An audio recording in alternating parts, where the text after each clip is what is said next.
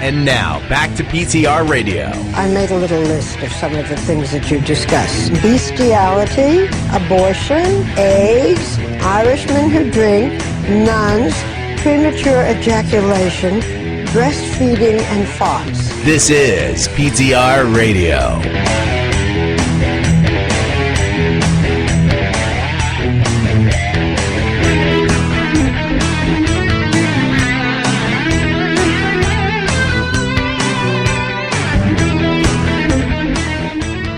Good evening, everyone, and welcome to PTR Radio here on the fabulous interweb. That's right. It's a combination show this evening. We are doing a recap of our Christmas, and we're counting down to the New Year. So we're going to shake things up just a little bit, and we're going to get into, kind of what the New Year holds in store. So, for those of you that are used to listening to the movie double feature movie review in the last half hour of the show, you're going to find that in the first half hour of the second hour. So, if you're used to just being able to skip to the 90-minute mark, skip to the 60-minute mark instead. And that's when you're going to get the movie review. So, just to give you guys an idea of when things are going to happen in the show, last half hour of the show, we're going to go over some of the best of 2021 lists. Because you know how much we love or possibly the worst of. Yes, because you know how much we love a list. And we'll maybe, if there's any resolutions that we think about, maybe Colin's going to start up that harem of women that he's always talking about. Midgets. Yeah, so in the hot tub. Yep. That's something that could definitely happen. You just never know. That never gets old. It never gets old. Is a 13 plus years. That kind of ties into a potential topic. It does on the white sheet. It does, and boy, we got to get to that topic because it's just too good not to get to. It's just too good not to get to. You know what? Let's just go right to it. Let's just jump right into it because. Where the hell is it? Now this is from TLC. TLC. According to this headline, has a hot new reality series. All right. Now, TLC did not write that headline. This is another website that posted this up. TVShowsAce.com wrote the headline, TLC hot new reality series, I Am Shauna Ray. And they're giving us an exciting sneak peek and behind the scenes. So... Now, Mike, you and I both saw this, and yeah, because I asked you. I don't know if we can play it without getting into some kind of like copyright issue. Yeah. Even though we're playing it to review it. Yeah, we're playing it to comment on the show. Right? Yeah, but essentially, the rundown of this show is it's a 22-year-old woman, so perfectly legal. All right, who says she feels like she is stuck in the body of an 8-year-old. Due to her height. So, let me see if I can... So, I can show you... I got an idea here. I can show you what she looks like, all right? And I think this will kind of give context to it, all right? So, this is Shauna Ray, all right? And you would think, oh, this is a little girl in a big chair. That's what this looks like. So, let's... Let me just throw some names out there of some actors and actresses that are 22 years old, and that maybe and give you some shows that they were in. All right, the first one that I came across from this list that is not a TikTok star is an actress by the name of Sabrina Carpenter. She is also a singer, but I know her from the reboot or the continuation Girl Meets World. She played the best friend. She is 22. Yeah. Lil Nas X. Everybody pretty much knows in some way, shape, or form, for some reason, Lil Nas X. He is a rapper. Old Town Road, Call Me By Your Name, came out as gay after he became famous. Famously split his pants during his Saturday Night Live routine and had to edit all of his choreography. He is 22 years old. Now imagine one of them in the body of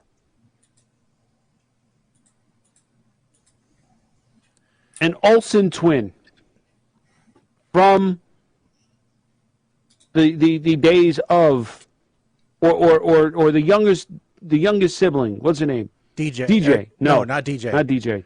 Stephanie. Stephanie. Imagine him in the body of Stephanie Tanner from Full House. Yeah. That's what we're dealing with here. Yeah. I was going to say imagine him in the body of Honey Boo Boo, but that it's the other end of the spectrum here. Yeah. But I suspect that this is going to be the next Honey Boo Boo. I mean, you're looking at if you want to get an idea here, all right. So here is a picture of Shauna Ray next to her younger sister. All right, her younger sister. Shauna Ray is the smaller of the two. She's like 3'5", I think, or 3'11" at the most. You know how it. You know she talks about in this little clip going to bars or getting turned away for service, you know, and things like that. You know, because they really do think that, and seeing the clips of her with like a cocktail in her hand is somewhat disturbing, actually. I mean, you know, she's her older, smoking. but yeah. So, yeah, I mean, it is weird. It is absolutely weird to see, you know, and let me see. I think that we can, because like you said, we are, you know, discussing this. Let me see if I can just get. We're discussing / promoting. Yeah, well, basically. and we are promoting because I got to tell you, I'm kind of curious to watch this. Kinda? You know? Oh no, I'm so watching this. I got to find as soon as it's on. Yeah, I mean, I have a funny feeling this is going to be a weekly thing. Like, did you see what Shauna Ray did this week? yeah, I mean, I kind of want to watch at least one episode, you know, because you want to. I mean, just because you really want to, just to see what's happening. You know, what's going on with this woman, and how it's going to happen here, and we'll have this in just a second. But you know, it's it's weird. It is. Colin, did you by any chance watch this trailer? No, I did not watch. I was looking at it. Yeah. So I mean, it is. It's and I mean, you'll hear here in a second. She talks about her dating life and what it's like to go on dating apps, and boy, I can see that. And here, we'll have it in just one more. You know, honestly, they should have introduced her as one of the people on, what is that, Married at First Sight. Oh yeah. You guys ever seen that show? Oh yeah. Like, yep. That to me, that would have been. Yeah. Now phenomenal. We won't watch the whole 2 minutes here, but just to give you guys an idea of what the show is. If you were to look at me, you would think I'm just a normal little girl. You should doing be able normal to hear little that, girl Mike. things with my fun, crazy family. I have no clue what lane you're in. Because you're supposed to sit up. I am sitting up. I still can't see over the dashboard. But the truth is, I'm not a little girl. I'm a woman. A 22-year-old woman. It's just disturbing to watch her Stuck in the drink that body of an margarita. 8-year-old. We can't have children at the bar. I want to get a tattoo. How old are you? There is an age requirement. I'm 22. Yeah. Shauna yeah, was that has got to be 6 months weird. old when we found out she had Okay. brain cancer. Let's just. I mean, without ruining it, because I mean, this is part of the backstory. I'm sure they're pretty much showing the whole first episode, but Yeah. Just thinking about it, like from the bartender's perspective, even if you showed me an idea, I'd be like, "This is the best damn fake idea I've ever seen." Exactly. There is no way this is real. No way. And she's like, no, really. Here's my passport. Here's my birth certificate. I'm like, listen, I know you're committed to the story. but there's no way that these are real. I mean, there's just she's gonna have to bring a doctor with her everywhere she goes to say yes, this is real. You know. I just, man, I'm. And they talk about the dating life, and I'm thinking about it like, because I've been set up on blind dates before in my lifetime, and if I showed up at a blind date, I'd be like, I'm being punked. I'd be looking around for Ashton Kutcher. I'm being punked. No, I would be looking around for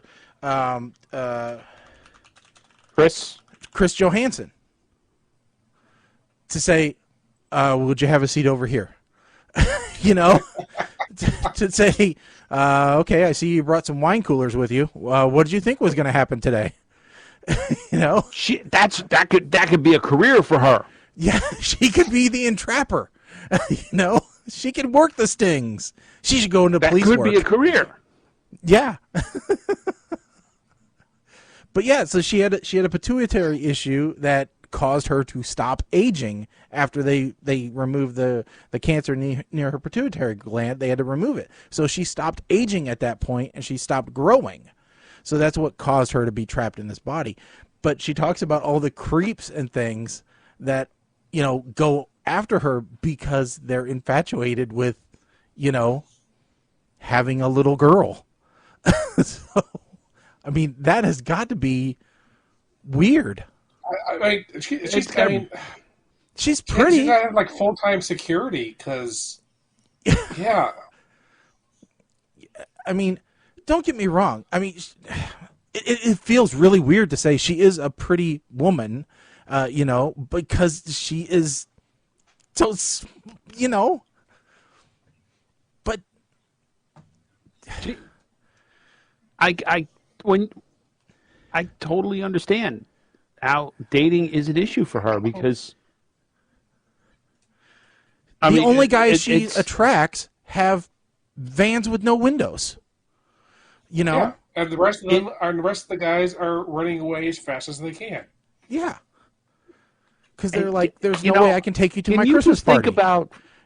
Just think about for a second, like back in the days of like Nielsen boxes, right? If this show was on back when they used Nielsen boxes and you saw somebody watching this every single time it was on, they'd wind up on a list somewhere. Well, as it is, they can track what you DVR and how many times you watch a DVR episode. So, especially some of these that are cloud DVRs now. Anybody, listen, you watch this too intently? Like you keep rewinding specific scenes in this, like the beach scenes? You're on a list somewhere. Yeah. Because there's no doubt in my mind, you're going to wind up on a list somewhere. As well, you probably should. Yeah. Yeah, I just... And just wait until, like, season 2, when she meets others with her condition, because there's always others. There's got to be. There's always at least one more where she meets, and then all of a sudden they bond because, well, watch it be a guy that has this problem, and then they're going to get married, and their child will look older than them by grade school. I mean, this is what we've come to. Why? Because Little People, Big World broke up. Oh God! Don't let them set them up with any Little People, Big World singles. Why have we come to this? Because 19 Kids and Counting has been harboring pedophiles. Don't let Josh Duggar watch this in prison. Is TLC one of the networks they get in prison? Did I cross the line? No, but talking about networks, I just saw a commercial today, or maybe it was last night, that said the DIY channel is getting rebranded. Did you know this? No. Is it because people don't do things themselves anymore? No. Your or they friends just go to YouTube. Nope. Your friends Chip and Joanna are taking over DIY, and it is becoming the Magnolia Network. Right. I knew the Magnolia Network. I forgot that DIY was the one who was that they were taking over. Yes. I saw that on a commercial today going, DIY is transforming to the Magnolia Network starting January 1st, I think. Which is basically still the same channel. Well, but the Magnolia Network has a ton of shows that DIY does not, and so some like Bath Crashers and Kitchen Crashers and all those guys are going to get booted for like Clint. Yeah, but here's the thing. Like DIY, I've always thought, I didn't think DIY had that much original programming, if any. I'd always thought that they were the reruns from like, why am I drawing a blank here? I don't know. What's House Hunters on? House Hunters was on was that on Great American Country, or was it on Discovery Home or Discovery? It might have been Discovery. There's another channel, or maybe I'm thinking of House Hunters was on HGTV. Yeah. So HGTV, I thought, had all the original stuff, and then DIY was kind of like the spin-offs or the reruns. Maybe that's why I didn't care when this came across, because I was like, well. Could be. And Chip and Joanna, whatever. Supposedly they were retiring, and now they got more crap, more irons in the fire than. Oh, they unretired. We're not going. We're not going to do. We're not going to do fixing up anymore because we don't have time. It's too much work. However, we're just going to start our own network and have 17 shows, as well as our own line at Lowe's and Target. Menards and Target, and then we're going to expand it to our own cooking line to furnish the house. Yeah. Come on now. Yeah. It's a bit much. And then Fixer Upper came back, but they got rid of the fake shopping for a house part at the beginning. Well, that's pretty much all of them. That's all staged. So. Right. So they got rid of the staging, and they just said, "Okay, we're going to fix up the house." Yeah. So, who knows? But yeah, so it should be interesting to see what happens, at the least. Yeah, that's been in progress since 2019. So, any of the existing shows that were going to be canceled are canceled a while back. Yeah, but I don't know. Well, see, and I'm having an issue right now with Comcast because I was going to go back to cable, okay, mainly because I worked out some of the numbers, and it was going to end up being just a little bit cheaper, and the wife was going to be able to tune directly to a channel, and I was fine. That's what I'll do. Boy, I can't get anything to work. Cable is supposed to be easy, right? Cable is supposed to be the easy of them to put in. Weren't you having issues because they sent you the wrong boxes or something last time? So I took them back, and I got what was supposed to be the right boxes, and even though I still got a bum leg, I went crawling in the crawl space yesterday, or Saturday, and reattached wires and traced wires down in the house and made sure that I was plugged into the right stuff and had everything, went out and even bought on my own dime a new splitter that did up to 2.4 gigahertz or 2.6 gig or whatever. I don't know, a lot of gigahertz. And even moved the only thing I did accomplish was I did end up making a better signal for the cable modem. So that was an improvement. So now I'm getting my full internet speed, but none of the damn converter boxes pull a signal. So I don't know what the hell's going on there. I got a feeling that they didn't flip a switch on my account. So no matter what I do here, it's probably still not going to work. So I'm going to end up having to be on the phone with them forever, explaining that I didn't screw anything up, I don't believe, and then I don't want to pay for a $100 call-out fee for them to install stupid cable. I just want them to fix whatever is wrong on the account, I believe, is what is going to end up happening. It's just a pain. It's a pain. But has Andy been able to watch any of her shows? Well, I haven't turned off Fubo yet. So, yes. Okay. Because I'm like, I even told the guy at the Comcast, I'm like, listen, it's Christmas. It's Hallmark season. Like, we don't even call this winter anymore. We call this Hallmark. So, we can't not have television.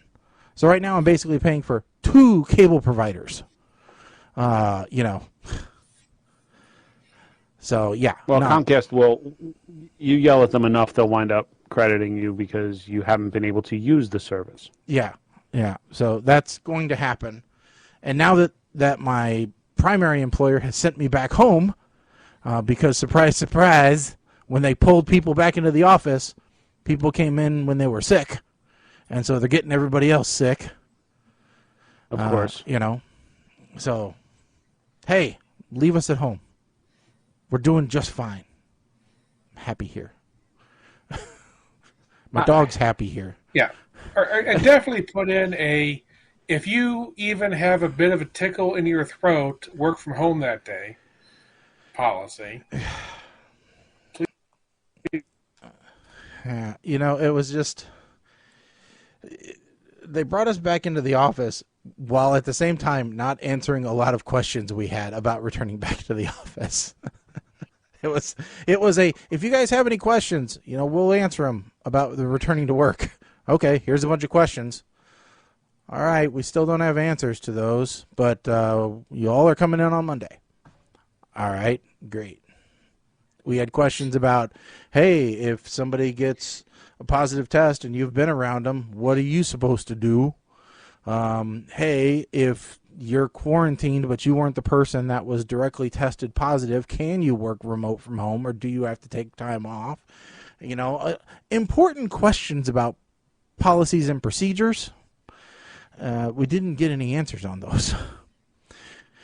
So, yeah, I mean, I know a lot of stuff's in flux, so I don't blame my managers, and to some degree I don't even blame the upper managers, but somebody's to blame. I just don't know who. Well, and it sure as hell isn't me. It's different for you because you work for the state. I mean, I pretty much have drawn the line in the sand that if you want me to come back to work in the office as opposed to staying home full time, there better be a raise and guaranteed term of employment involved. Like, I want tenure if I'm coming back. And there's no such thing as tenure, but I want tenure. Yeah. Right? There's no such thing as tenure at my company. I'm not a teacher. There's but no damn such it, thing you're as going to give me tenure. There's no such thing as tenure anywhere. The educational facility, the colleges are the only thing that has this concept of tenure, And I want it in writing that I can move and still do my job no matter where I live. Yeah. That's the long and the short of it here. I mean, there's no reason otherwise. So,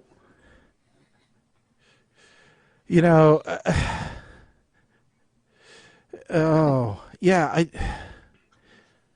where did the university get the idea of tenure in the first place? It existed nowhere else, right? Unions. Tenure has been in universities for centuries. Well, I know, but it didn't exist anywhere else. You never saw a tenured bricklayer. No, but you saw a unionized bricklayer.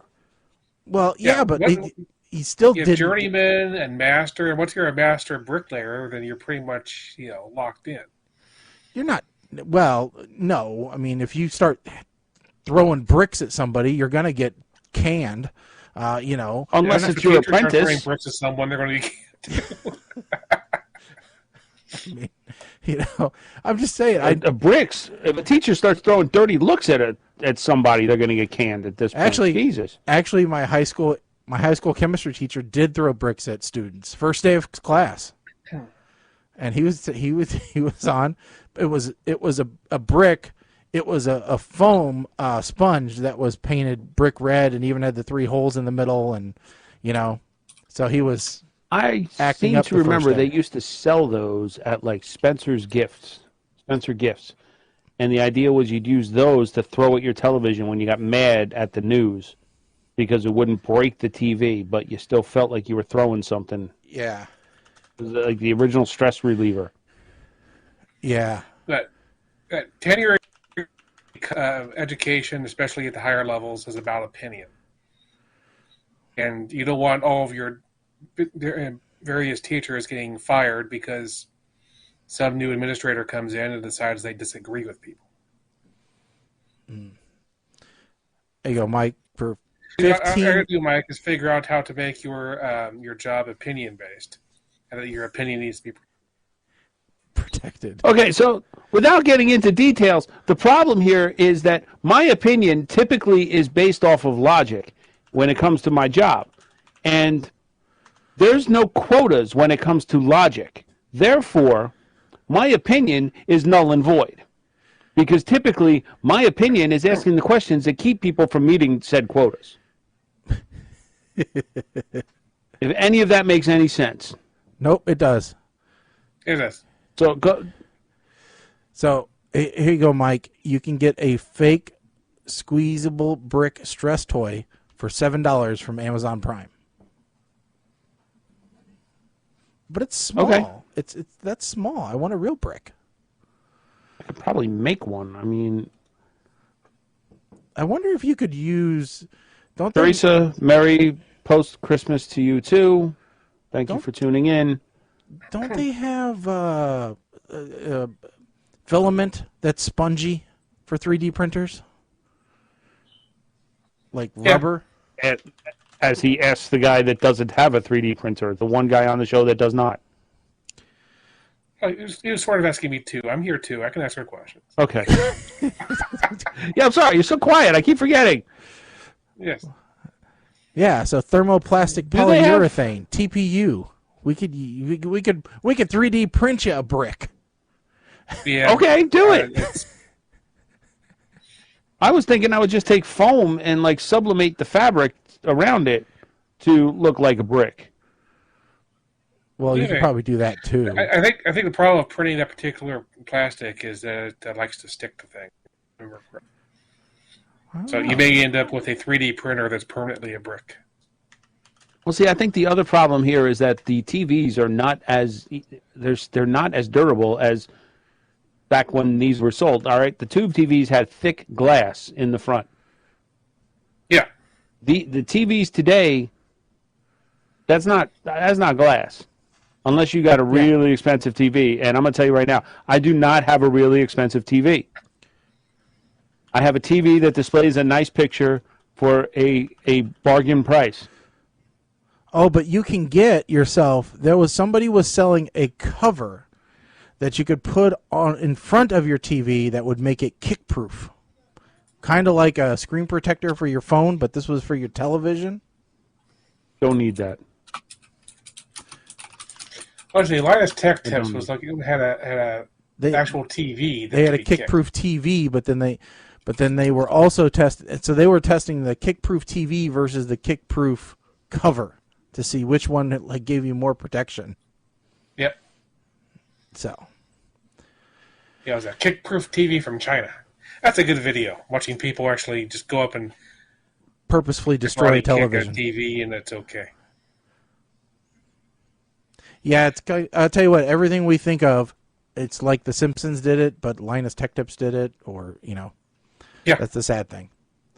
Yeah. So. Anyway, back to the white sheet. Other stuff that we can talk about is... Oh, where is it at? Oh, I know. I want to talk real quick. Okay. Because, part of the reason why we missed so many episodes is I did vacation. Yes, you did vacation. So, yes. So I took my very first cruise. I thought you'd done a cruise before. No, I personally had never been on a cruise before. And you chose a naked singles cruise to be your first cruise. That's interesting, Colin. Yeah. No? No, just a weekend cruise on a Royal Caribbean. I will say that for a large number of people that were on the ship, it's a good thing that, including myself, it's a good thing it was on a naked cruise. But I will say that will definitely not be my last cruise because I had a blast. The entertainment was good. The food was good.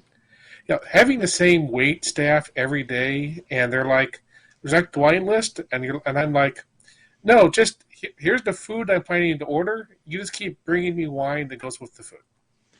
Well, they're now, like, Now, I told my wife that you went on a cruise, and she had a question for me of if you went by yourself or if you took family members with you. I was by myself. You were solo on a cruise.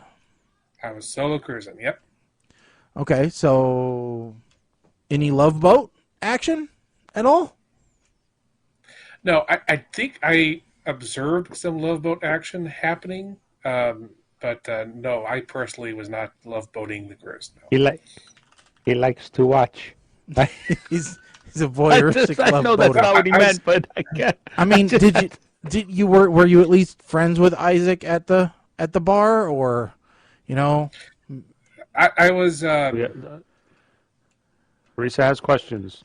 Okay, so I was on a Royal Caribbean cruise on the Independence of the Seas. I had what's called a panoramic view room. It was at the very top of the ship, and it was a great view. The great thing was it was like right next to the door that goes out to the top deck of the ship. So I had like, I don't know, 20 feet to walk with my mask on before I could take the mask back off again, getting from my room to outside. So, yeah, they just went to their private island, Coco Cay, and Nassau, and then back. So it went out Friday, came back Monday. But no, what I did was I did have the drink package, so I was just kind of on a hunt to try as many drinks as I could. So I kind of just went bar hopping, trying different drinks, different places. And one of my bar hops, I was up there, and like there was these 3 girls talking about, I think one was trying to wingmate the other one to this other, so that was the love boating I observed. Okay, and you didn't like saunter up to them and say, "Hey, you want to see my panorama?" No,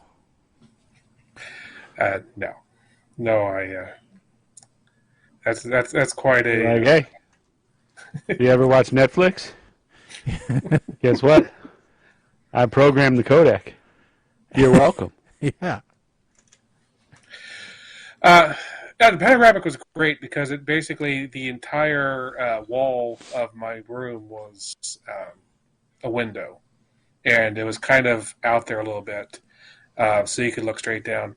Yeah, I could have used it, but I did not even go to Coco Cay. I stayed on the ship, so that I had the adults only area is called the solarium, and it's adults only, meaning.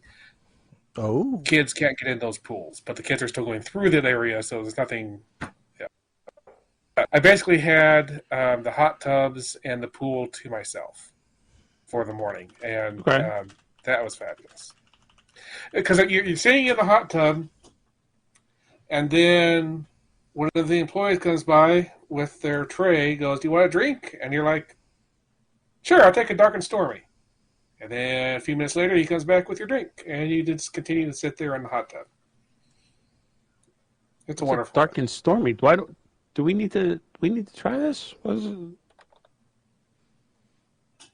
I think it's just What is this? Rum and ginger. Rum and ginger beer. Okay, we can try that. So similar to a Moscow Mule. Okay. Well, let's see here, Colin. So I'm gonna arrange the next cruise for you. I already have my next cruise to Alaska. That one I will not be by myself. I have family going on that one. But well, you never know. Better. My parents were taking my nephews on a cruise in March. That was the big Christmas present of the year. Okay. Yeah, I saw that. I saw the post about that. Now they're not going April 3rd. Did you see the post that they have adopted another nephew? I don't think I saw that one. Okay. Surprise! I'm related to you now. No, I'm kidding.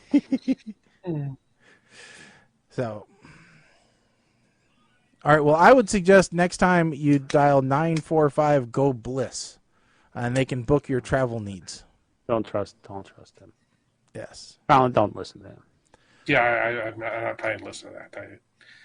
I'm planning to run away. I don't know. No, for some reason I thought you had gone on a Disney cruise before. I did too. Call me crazy. No. I'm also shocked to find out that this was your first cruise and it wasn't a Disney cruise, to be completely honest with you. I told my wife it was a Disney cruise because that's just what I naturally assumed. Mike Colin went on a cruise. It was a Disney. There has to have been a mouse involved.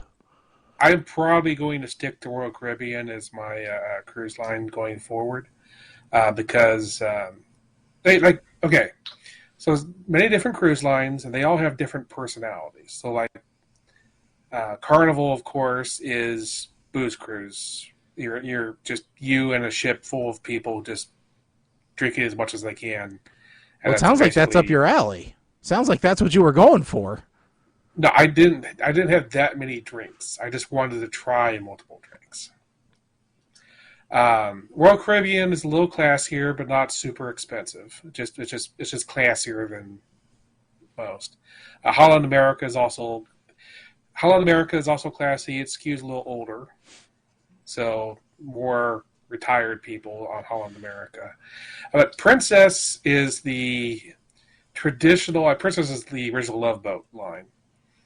And they're the ones that are the more traditional cruise that you might think of. You know, the kind of thing where they have lots of stupid game shows that people are on, where they have to do stuff like, don't say no, station of someone. And it's just a little chintzy. Okay. Closer to Branson. Princess is the Branson of cruise ships, basically. Disney is on the other cruise line, this would have cost you $800 for this cruise, but it's Disney, so it's going to cost you $472. Well, I don't know. Okay, so I think if I was going to go on a cruise, I'm just looking here because I found a.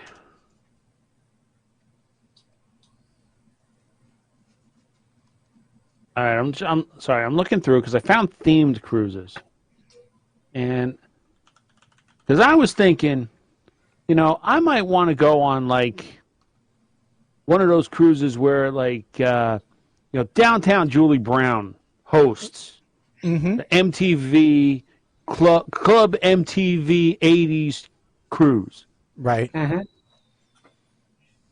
But then I'm looking at who actually does these. So there is an '80s cruise. There's a Flower Power cruise. There's a disco one. Cruising with the King. I don't know if there's any bands that I could want to be at sea with without wanting to jump overboard. Yeah. Oh, here you go, Mike. I got one for you. If you say New Kids on the Block, I'm going to throw something. It's already passed. It happened in October. It's the Meow Meow Cruise, a cruise for cat lovers. No. Listen, no, absolutely not. How about a biker rally cruise? That makes no freaking sense whatsoever. I want to go on a cruise where these jackasses are going to be riding their Harleys around the Lido deck. A Star Trek cruise. Oh, here's one for my wife. Never get Kim to go for it. Here's one for my wife: a scrapbooking cruise. You're going to go on a cruise and just scrapbook? Really? There was a local company or a local supplier that was trying to gather interest before, this was before COVID really hit, of doing a demonstration, so basically a seminar at sea. And I'm looking at some of the people replying to this, and I'm like, no. Y'all are just going for the free food. You don't give a damn about this. These are just weird. Knitting cruise, a gothic cruise, a genealogy cruise. What the hell is a genealogy cruise? If you're interested in learning more about your family tree, the genealogy cruise offers you the chance to follow your family's journey across the world with professional genealogy experts. Oh, well, there's a Kiss cruise. Yep. That one already happened. They may be doing another one. A hippie cruise, a flower power cruise, World They're Poker doing it again Tour October. cruise. World Poker no. So, Colin, you posted up you shared a couple of videos where there was an ice skating show on the cruise, and I have often wondered just how much more skilled a professional ice skater has to be to do this on a cruise, because I'm not used to these giant ships. I am used to maybe 30-foot, 35-foot fishing boats, like party fishing boats. And I've been out there on the water, and there's no way in hell you could get me to put on roller skates out there, trying to skate along the deck, because things are moving way too much. I can't imagine doing jumps and turns and stuff on ice on the ocean like that. But I think one of the differences here is, and Colin, you can correct me if I'm wrong, because I've never been on a cruise, but I don't think that a boat that large is swaying and moving the same as a 30-footer. Yeah, it's not. It's swaying a little bit, so you can feel it a little bit, but it's not. It's not. It's put in perspective. Like if you've been on a train or a subway car, it's not swaying even as much as one of those would be. Okay. But they're extremely skilled ice skaters. I didn't catch it because I didn't really want video being taken, so I was a little bit just to show what it looked like. But they actually put the names up, and like they were, Olympic skate. One of them was Olympic skaters. They were, gold medalists in the world championships. So they really did. Okay. So here's a couple more for you, Mike. So there's a Kesha cruise. Now, okay, before you go further, is this Kesha with an S or Kesha with a $sign? This is Kesha with it says an S. Then I don't want to do it. That's the Reformed Kesha when she's all about Jesus and she don't party. So no. Okay. She don't sing that. Okay, so here is. Brush my teeth with a bottle of Jack. How about the Rock Legends cruise, which includes Deep Purple, Styx, Don McLean, Blue Oyster Cult, Randy Bachman, Warrant, Lita Ford, the Fabulous Thunderbirds, and that's all that I would recognize off of this list. Can you name any other band that was on the soundtrack for the movie Cocktail? Because that's pretty much what it sounds like. I don't. That's possible. I mean, was it John Bachman? Okay, I'm guessing that's Bachman the Turner surviving Overdrive member of Bachman Turner Overdrive, right? Yeah. Yeah. Warrant, that's kind of a joke because from what I heard, it's only one member of the band that's not even the lead singer, but he owns the name. Mm-hmm. Lita Ford, well, we know Lita Ford. That'd be kind of cool. Styx, well, that depends on who's actually part of the band, because Styx is one of the most underrated rock bands ever. Deep Purple has a hit or two. I have very little interest in Deep Purple. Fabulous Thunderbirds, very little interest. Blue Oyster Cult? Maybe. Only if they perform and they have more cowbell. Okay, and then do they have a cowbell package with Blue Oyster Cult? Now, maybe I have one for you. Now, granted, there's only one surviving member, and I don't know. She might be on the cruise. I don't know. It's based on can you think of a TV show where they would have, other than Star Trek, which I already listed, that would have a cruise aimed at them with one surviving member? With one surviving member? The Golden Girls. Yeah, that's it. The Golden Fans at Sea, Mike. You, too, could be a pal and confidant on the high seas. If I was going to go on a themed cruise, on the Jonathan Colton cruise. Well, I was thinking for you, Colin, the Christian Singles Cruise.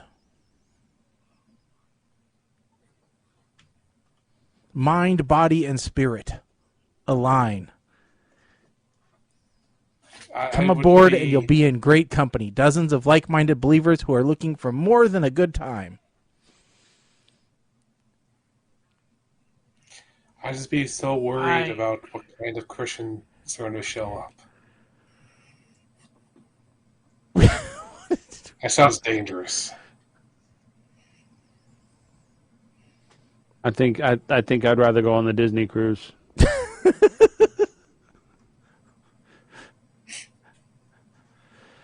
Knowing full well that there are going to be kids running around screaming. Well, I'd rather go on that than a Christian Singles or Christian any Christian anything cruise. I just assume go on a Scientology cruise. At least then I'm going to get a free gift for sitting through the. You're going to get your thetans measured. Or you could go on cruise. Okay, so it's child free and the destination is some place cold, Alaska. That's it. Well, I'm sure you can find an adult cruise to Alaska.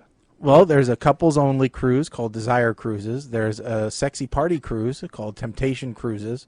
There's a nude cruise, which is called Bare Necessities.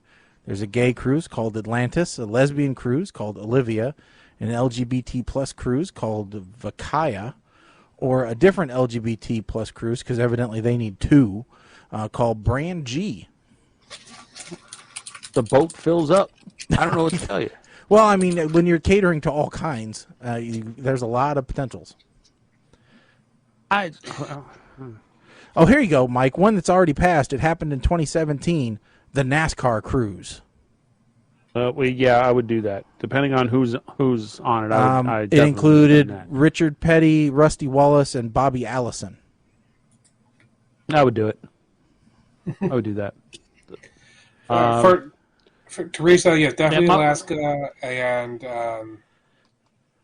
Holland America probably would have a good chance. If the husband doesn't want to go, maybe Iceland. Go through like Reykjavik. Oh yeah, Iceland. That might be a good one. Go through the fjords on a cruise. Yeah, with the clogs. Best cruises to Iceland.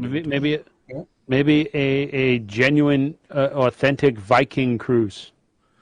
Yes. Although you probably don't want to be on a Viking cruise if you're a female.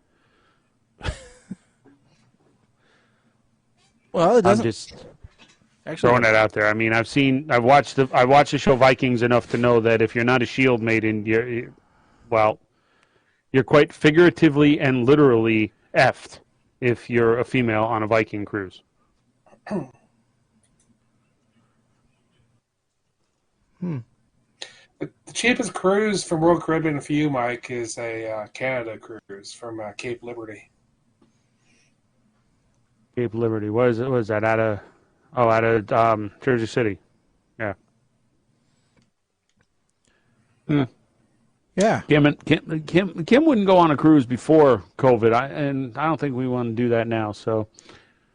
Oh, I tell you, I wouldn't mind it so much. I felt safer on the ship than I felt probably on the plane. Else. They're real good about keeping the masks on, and well, I stayed away from people anyway. Ideally, you would have more room to, branch out on the boat than you would like in a plane. So yeah. And listen, I'm not even sure if I want to fly now because they're doing some ridiculous shit on the planes now. Okay. Look, let's just throw the headline out there because I don't know. There's no gentle segue into this. If you were on a plane and the woman next to you sat down with a cat, you might have questions. Mm-hmm. But your mind might go to, that cat is an emotional support animal, so I'm just going to shush. Yep. When she whips out her boob and starts breastfeeding the cat, At that point, I truly have no idea. I don't know what I would do. I would stop thinking it's emotional support, and I would think psychiatric support is what's needed. Well, if someone is willing to breastfeed a cat, one, I do have to question their sanity, obviously. Yeah. Mm-hmm. But two, I question if they can even feel pain. Well, yeah, because cats have teeth. Yes. You're damn right they do. And they do the biscuit making thing with their claws and stuff, and that's a sensitive area, I've been told. So I don't understand this. So, and yes, this happened, folks. A woman on a Delta Airlines flight refused to stop breastfeeding her cat. I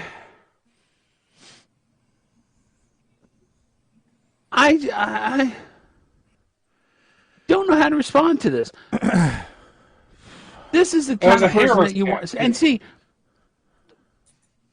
that's not a cat. Yeah. This is the kind of person, when you talk about the cat cruise. Yeah. I don't want to be stuck on a boat full of these people. Well, but see, in the cruise, they weren't allowed to bring their cats. That's smart. This is but why. At the same time, it's stupid.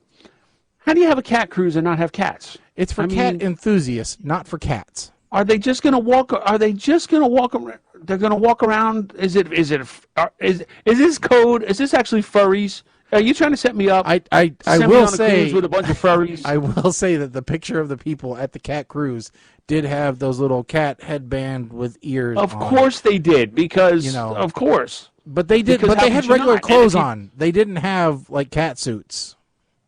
They didn't look like they were from the musical. So if they now listen, if they look like they were from the musical and or the movie, then I'd definitely be jumping overboard. I'd be like, you ever see that movie?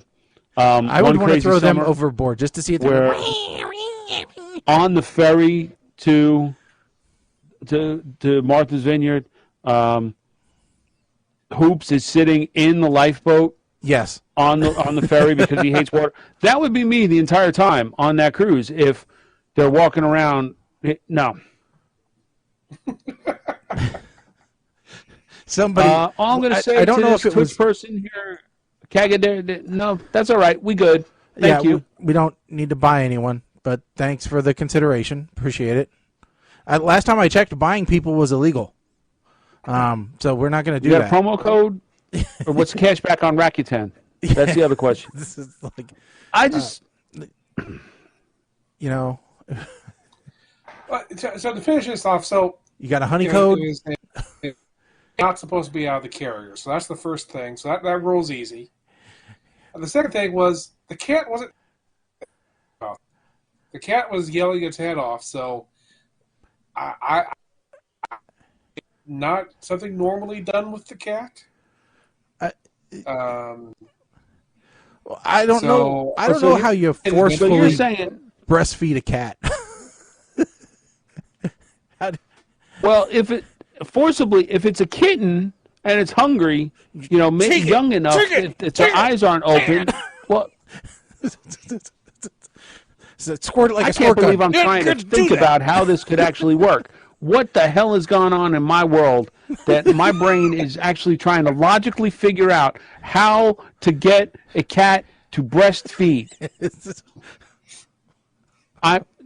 Well, I have Greg. I have nipples, Greg. Can you milk me? I mean, that's all I'm thinking of right now. I was thinking. Now I got another bone to pick. we got to talk about this one, all right? Because now you just got me in the mood, and like I'm ready to fight somebody. So I got to talk about this one because this was lost income on my part, and I blame the blind people. See, TLC, 90 Day Fiance. This train wreck of a show. This woman, it makes like $45,000 a year, so she claims, farting into jars and selling them. Not $45,000 a year. How much? $45,000 a week. I hate my life. $45,000 a week. Farting into jars. Mm-hmm. And selling them. Mm-hmm. So she's selling her farts. Yes. Yes, she is. There is a bit from around 2005 or 2004, sometime in that time frame,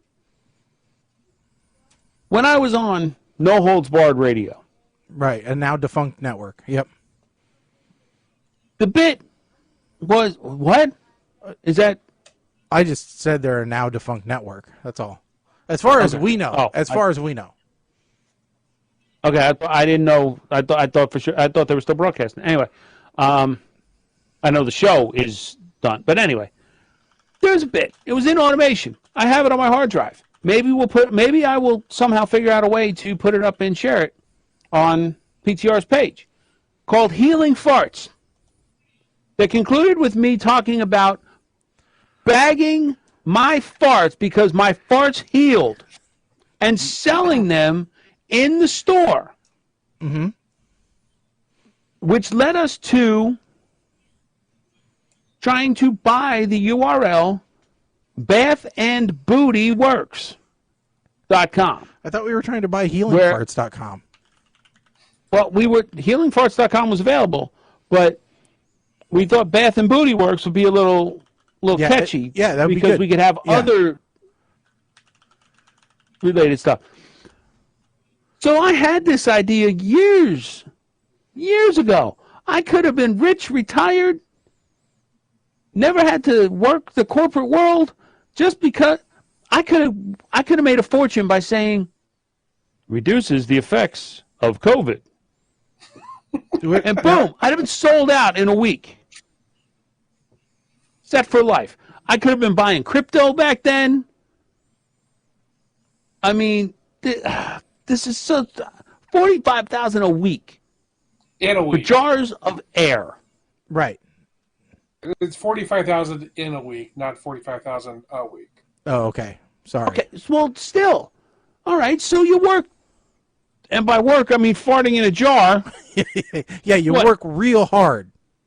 You work a couple really, hours really a month. Hard. Yeah.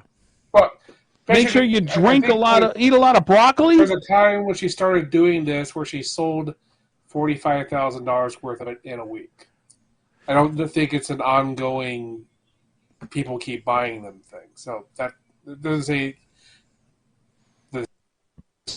she sells now, for example. Yeah. Yeah. Well, I possibly could have been. I don't know. And yes, yep, that's the one. I just don't. Yeah. Apparently, she bottles it along with a squirt of her perfume. So it's diluted.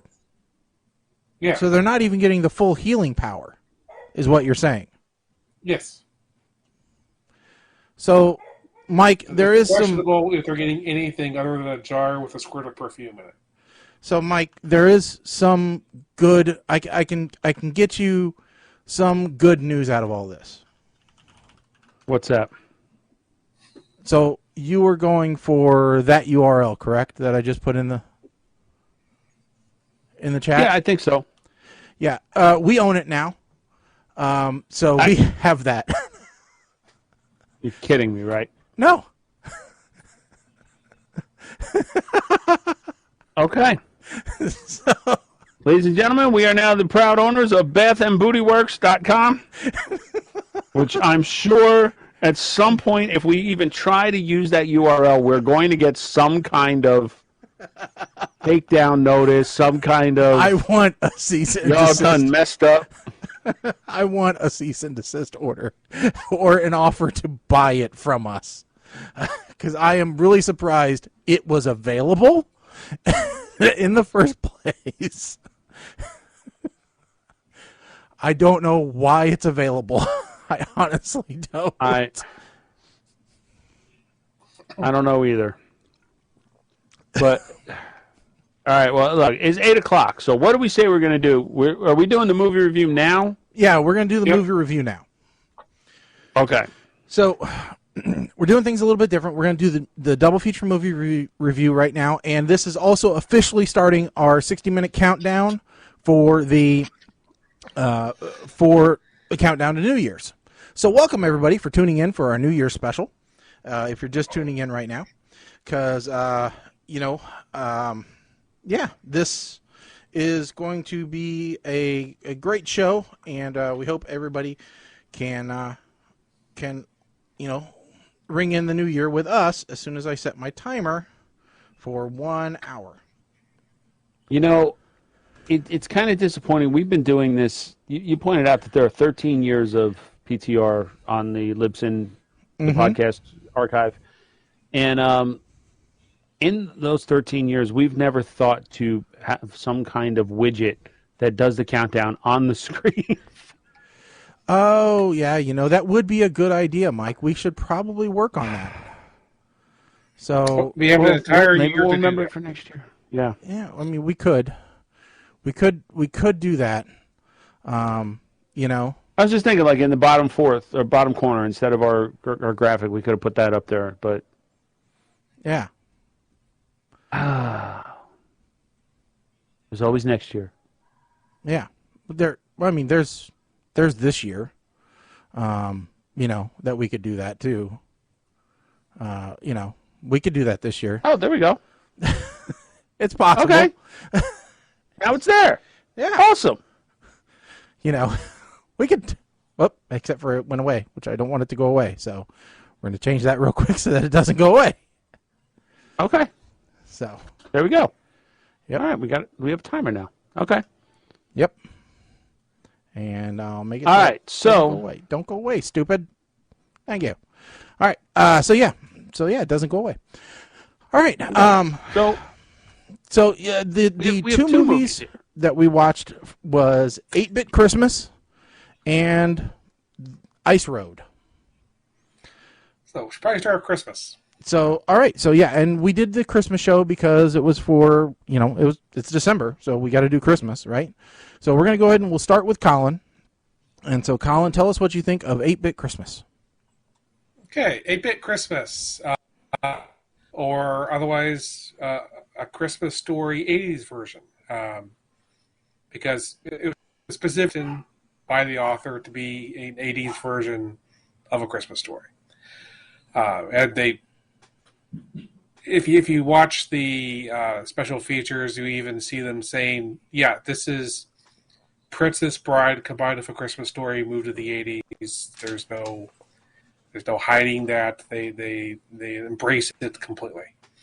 Like I said, it is Princess Bride because you have Neil Patrick Harris telling a story to his daughter, and A Christmas Story because it's the story he's telling is the story of A Christmas Story. Everything from the bowl, friends in school, but transferred to the 80s in the search for a Nintendo Entertainment System, which is where the 8-bit of 8-Bit Christmas comes from. In general, it's a bit than A Christmas Story. And I think that actually works because the 80s is a meaner decade than The Christmas Story was. I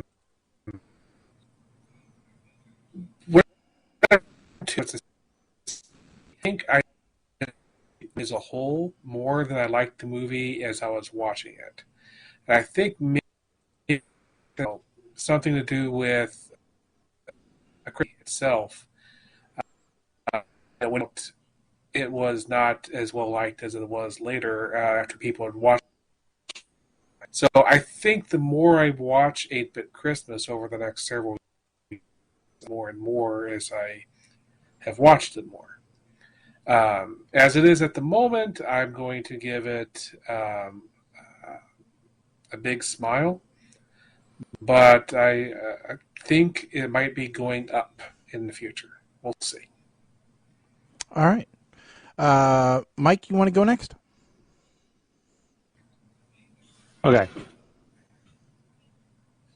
So we start out this movie with a child who doesn't like hockey anymore.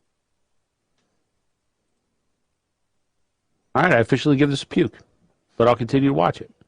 Talking about he's showing him Donkey Kong, and you blow on the cartridge, boom, you got Donkey Kong. I believe a wise man once said that.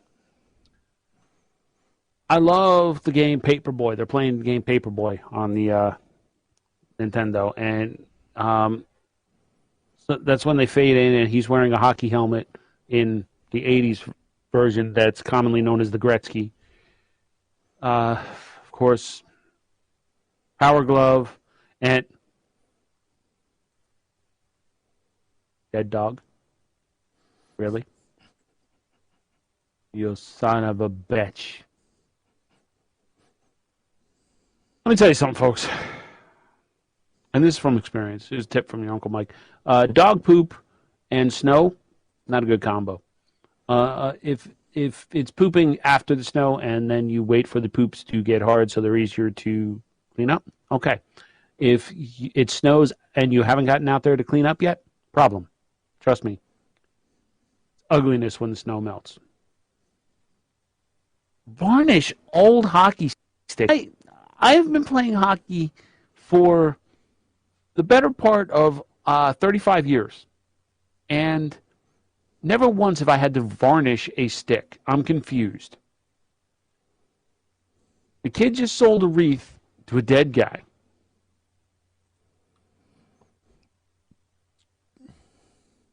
Is there a bar at the food court? It's barely noon. And what's your point? What's your point?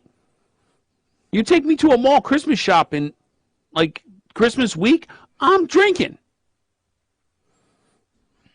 Banning things to protect the children and dogs.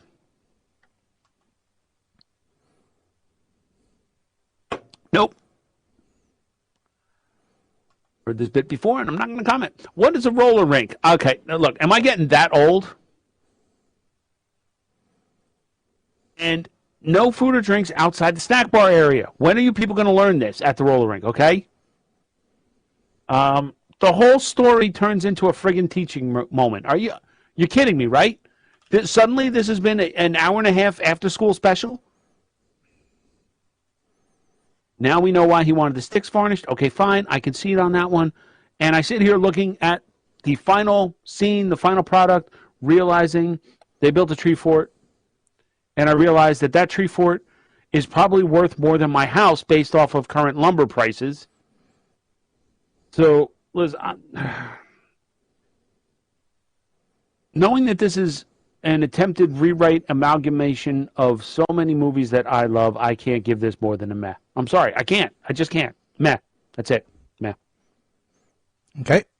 My turn. So, yeah, I think Colin, said it best. It's a combination of a Princess Bride storytelling, method along with the original Christmas Story, type theme, modernization with the 80s in there. I really thought with Neil Patrick Harris being involved, this was going to be a bit funnier. It has a few funny moments, but it's not nearly as, fall out of your chair laughing as what it could be. I did like some of the references, but I thought really about halfway through, they kind of just really, they sped up the story a lot, but they also missed some golden opportunities.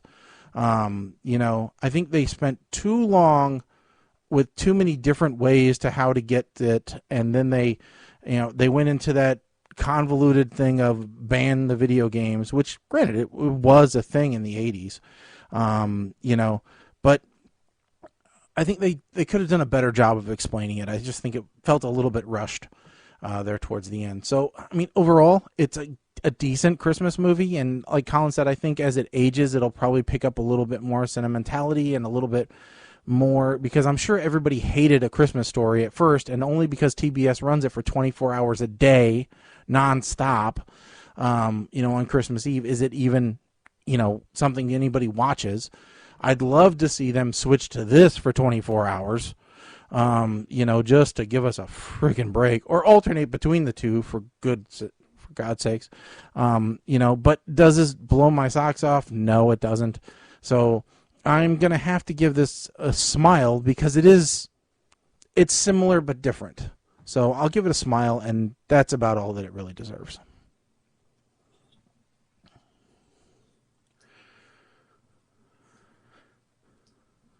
All right, next up is Ice Road. Colin, your take. Liam Neeson. So you have a diamond mine up in. I'm not sure they ever said where it is. And there's been a cave-in, and they need a special part to a wellhead to be able to pump out some methane so they can try to rescue them. But it's very, very late in the season. The ice roads have already been closed. But that's the only way to get the wellhead there is to use the ice roads. So a group of to take the wellhead up to the mine. And so you have, to me, that would be a good movie. If this movie was purely man versus a really fabulous movie. Unfortunately, the company was actually responsible for the cave-in, and there's a fake guy with them, and he basically tries to kill them all to keep the wellhead from making it up to the mine, so that all of the miners die before they can be rescued, to tell everybody that that some of the company officials to turn off the monitoring devices, and that's why they were that's why the cave-in happened in the first place. That part of it kind of made me angry because I think the idea of the ice road. I mean, I've watched a lot of ice road truckers. I've also watched a lot of road, which is in Norway. The guys who are just rescuing vehicles that are stuck in the snow and stuff. Just for fun, I've watched lots of this, and if they had just really embraced that in this movie, that there's these people driving on these ice roads a month after they were no longer supposed to be on the ice roads, and lots of scenes of trucks stuck in the ice, and more trying to rescue themselves from it. That I think would have been a better movie.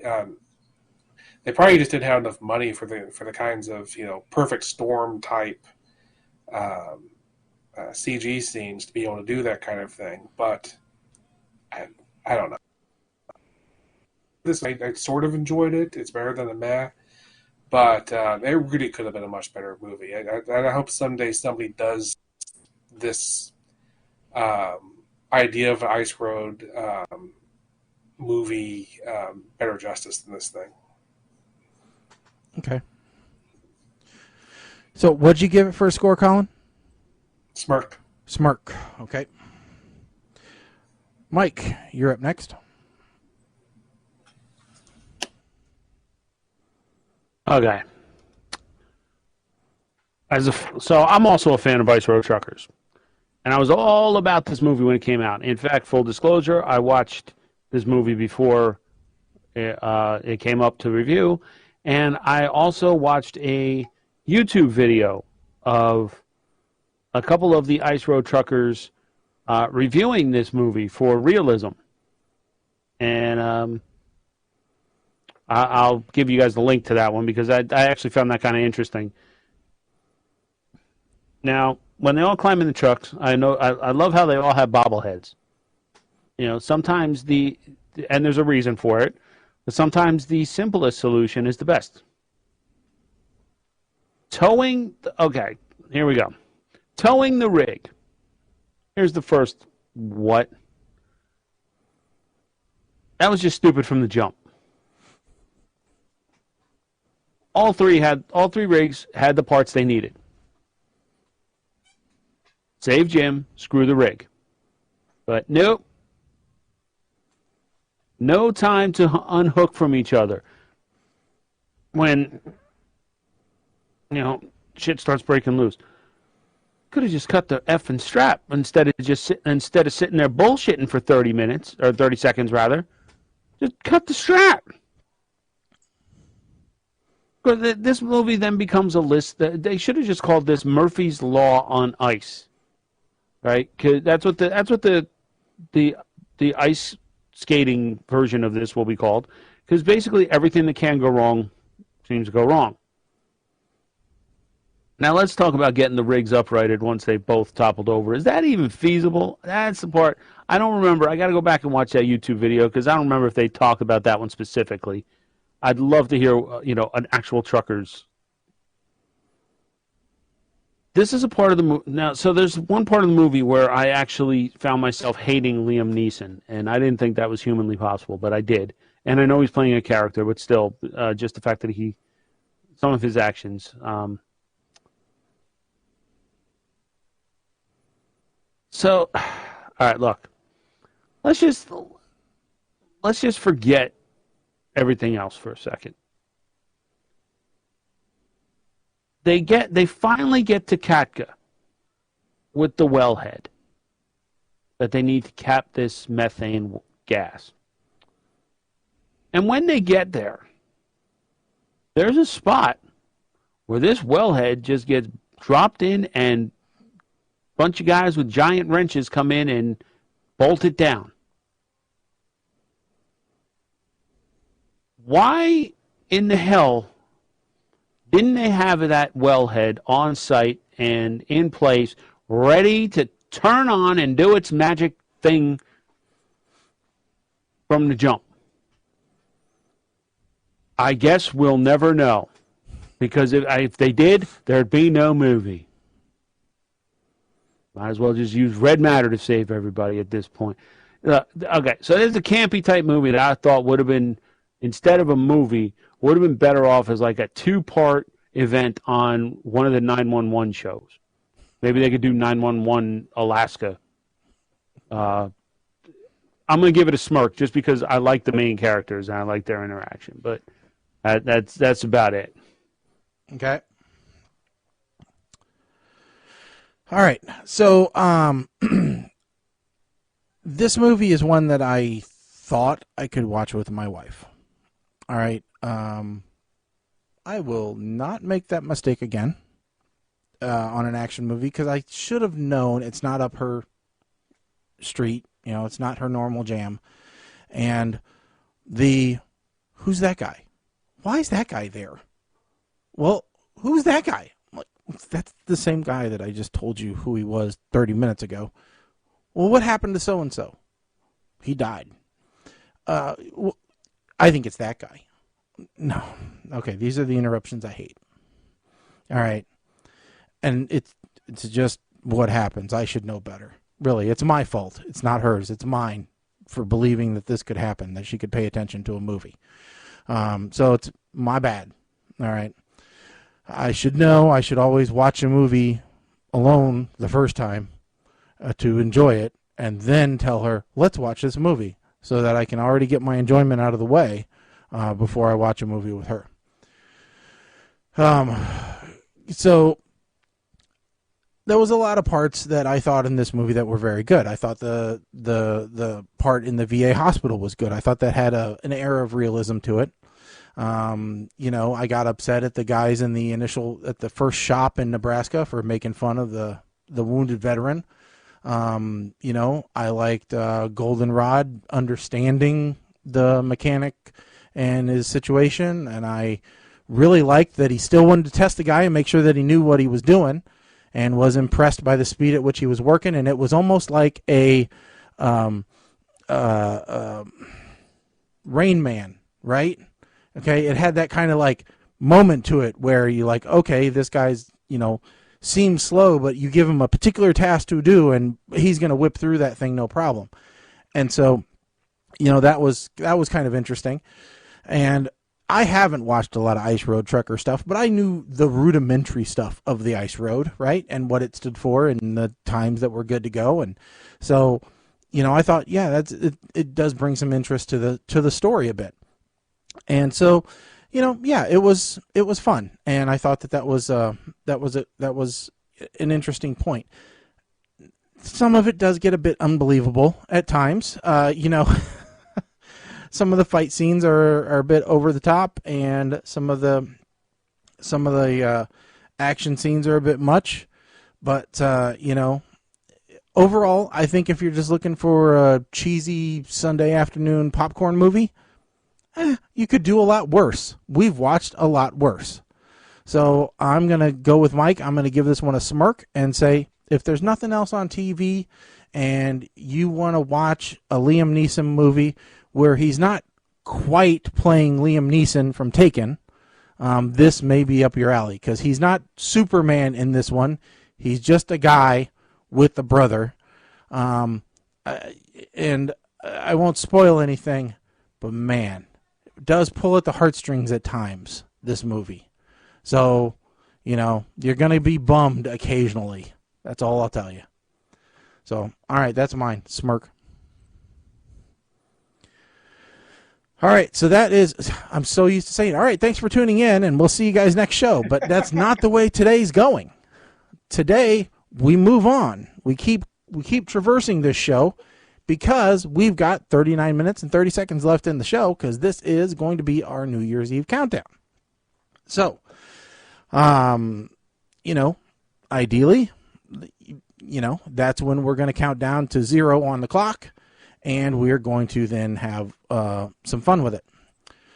So, with that said, I've been setting some stuff up in the background. Do we have to pick our next Yes, movies, we do need to pick our next movies, yes. And I meant to put more on the list, and I just did not have time. So 1 to 48. 1 to 48. 30. Attack the Block. This keeps popping up and no, sorry. Watch with your Stars subscription. Okay. So no good. Okay, so on. Okay, add. Just move that up. All right. So now we'll go to 41.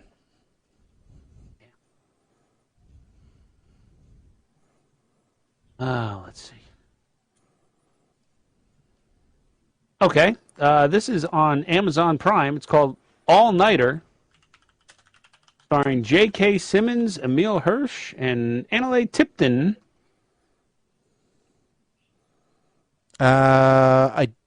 Is it available still for Prime? Oh, yeah, it is. Yes. Yeah, it is. Okay. Yes, an unexpected bromance of epic proportions. A workaholic father finds out his daughter has disappeared and is forced to team up with her awkward ex-boyfriend to find her over the course of one transformative night. So it's the We Are Farmers guy. He is quickly becoming one of my favorite actors. Between We Are Farmers, from J. Jonah Jameson. The role is the dad in the Tomorrow War, and he played. He was in Being the Ricardos. Fred, yes, that's what he played. Fred Mertz, the actor who played Fred Mertz in Fred. It was very good. He's quickly becoming a favorite. All right. All right, next one is 25. Damn. Let's see. Is this still available? Point Blank on Netflix. Is that? And it looks like it's still available. Let's see here. Corrupt cop action. How funny that it's the new Pitted Captain against- America. Pitted against rival gangs and corrupt cops, an ER nurse and a career criminal must work together to survive the fight of their lives. Is that what this is? Starring... Yeah, with Anthony Mackie. Yep. Frank Grillo, Anthony Mackie, Marcia Gay Harden, and Adam G. Simon. Okay. You guys are lucky that we didn't get...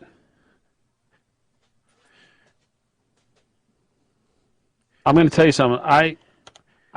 Oh no! Stop touching stuff. You were hoping for some movie, weren't you?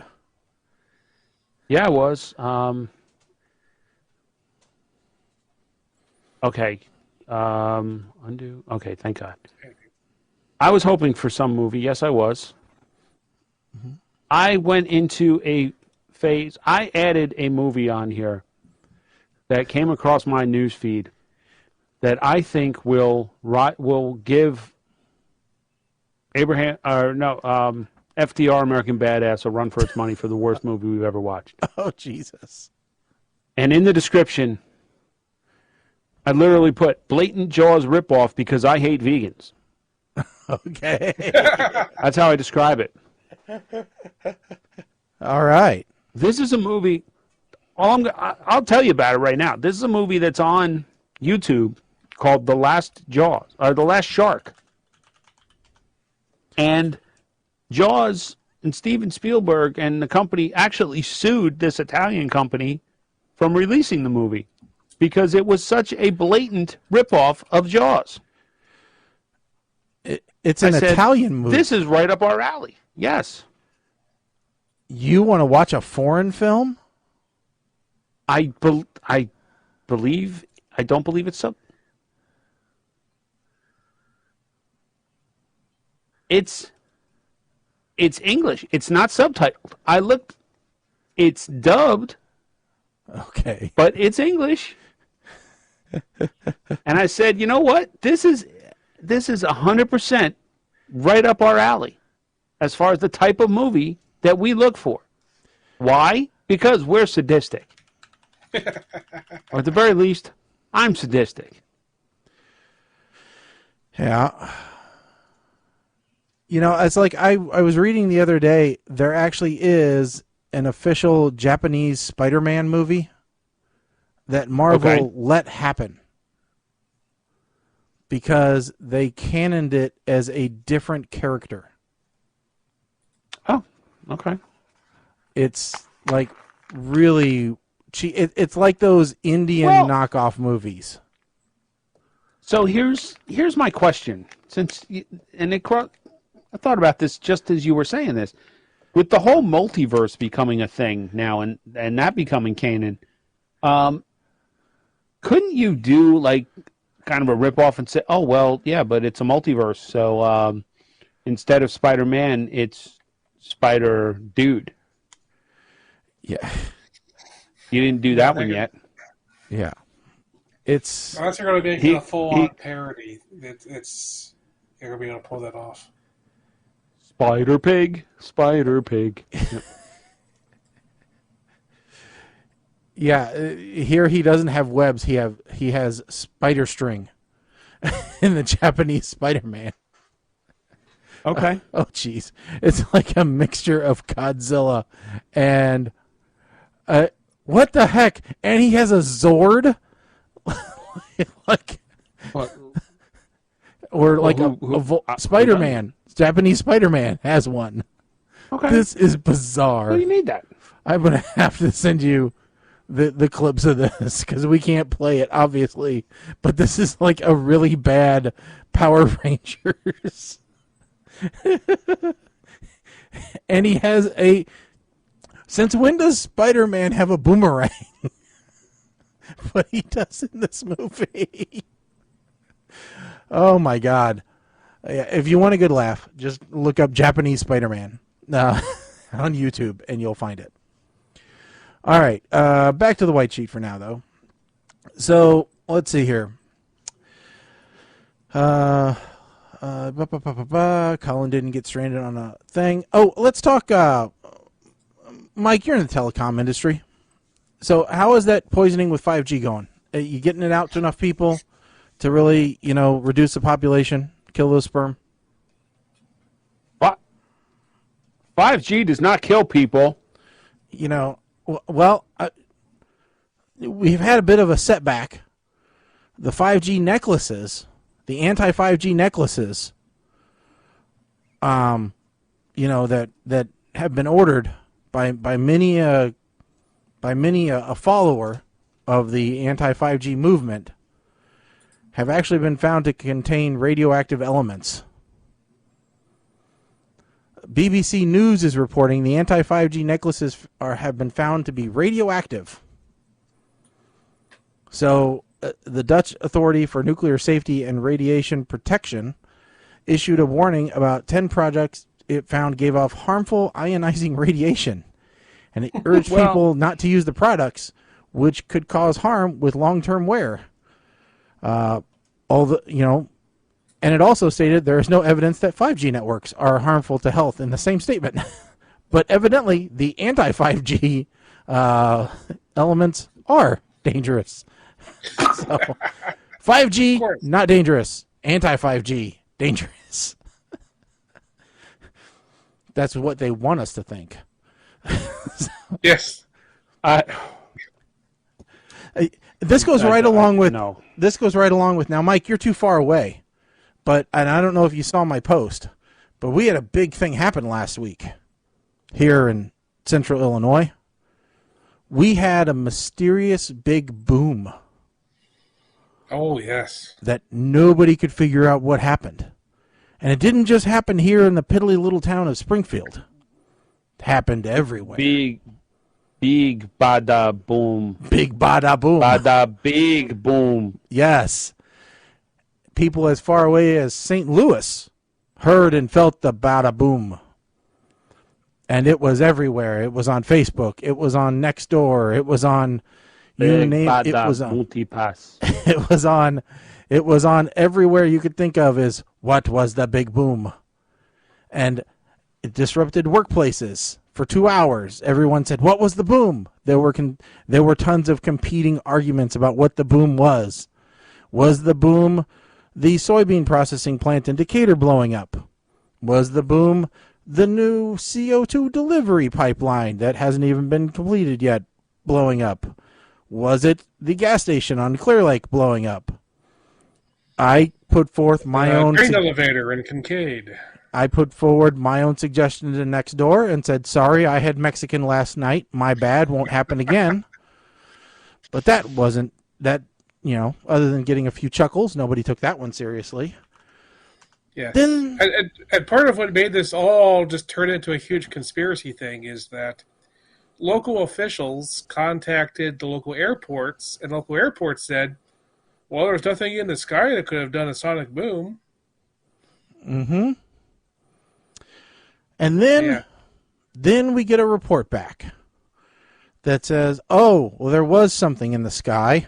It was an pair of F-15 fighters going supersonic between Missouri and Illinois several times that caused the big bada boom. But I know the truth, and I posted it on my Facebook page. And I had PTR spread the news far and wide. And just in case you're not following our pages, I'll go ahead and read what really happened so that everybody can know the truth.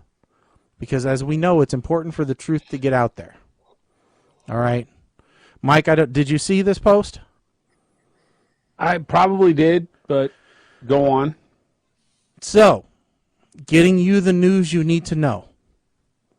Another day, another government cover-up. Today, everyone in the Midwest heard a large boom, and the government decided to blame it on an F-15 fighter going supersonic. We know the truth. For years, the U.S. has waged a secret war against the mole people, and today was a decisive strike against them. Why the U.S. wants to cover this up is not a secret.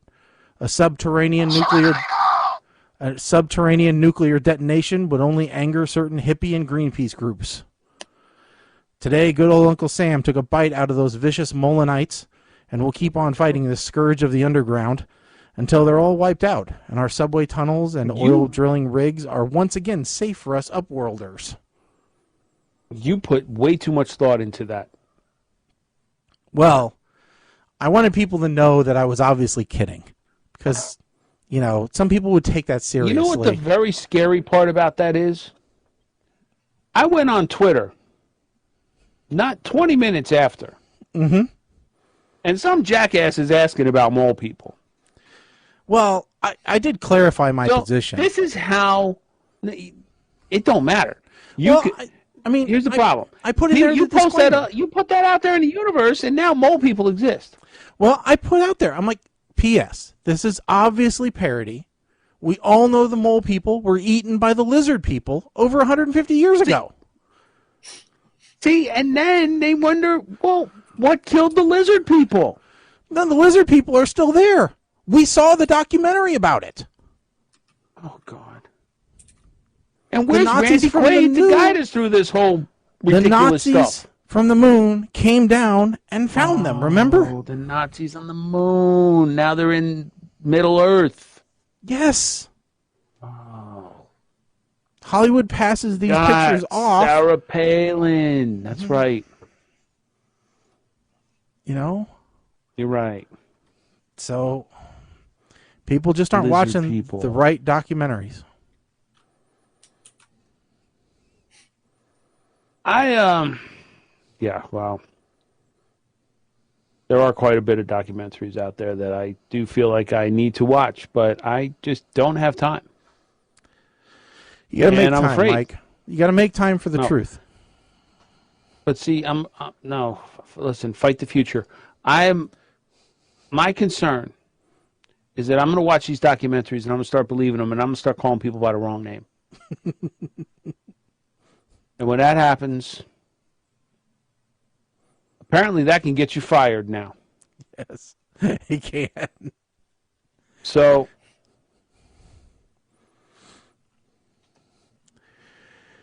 it can. What better way to close out the year?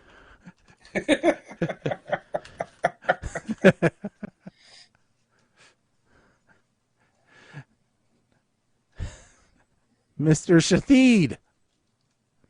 So good to have you on our last show of the year. It's good to be here. I appreciate platform of PTR to speak Shited's mind. Go ahead. Go right ahead. Let us know what you've been thinking. What's been going on? Be very happy to, Fuzzy. I do not understand how calling wrong names suddenly is offensive. Well, it depends on the circumstances. Agree here, Harry?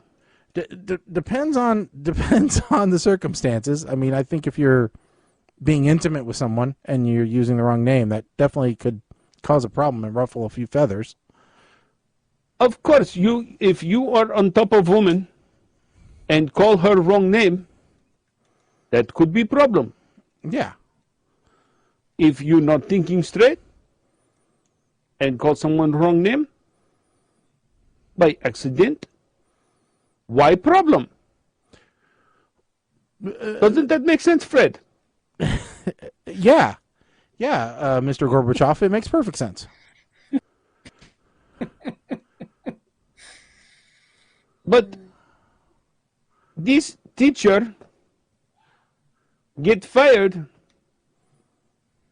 because he called this one A, this one B, but this one A, this one B, and look nothing alike other than skin color, which really could be a problem, Curly. Don't you think? Yes, I believe. No, I'm talking to Curly, not you. Oh, okay. I'm not sure if that's really why he got fired. Fuzz. Why he get fired then, Bob? I think he got fired for his stupid letter that he sent about his stupid name call. What letter he sent, Roger? Well, can't find the stupid story, Mr. Shathid.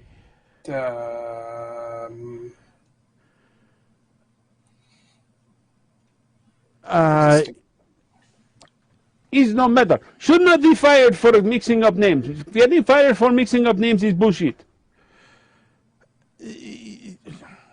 It says the students themselves weren't actually bullshit. It says the students weren't upset at the mess up in names.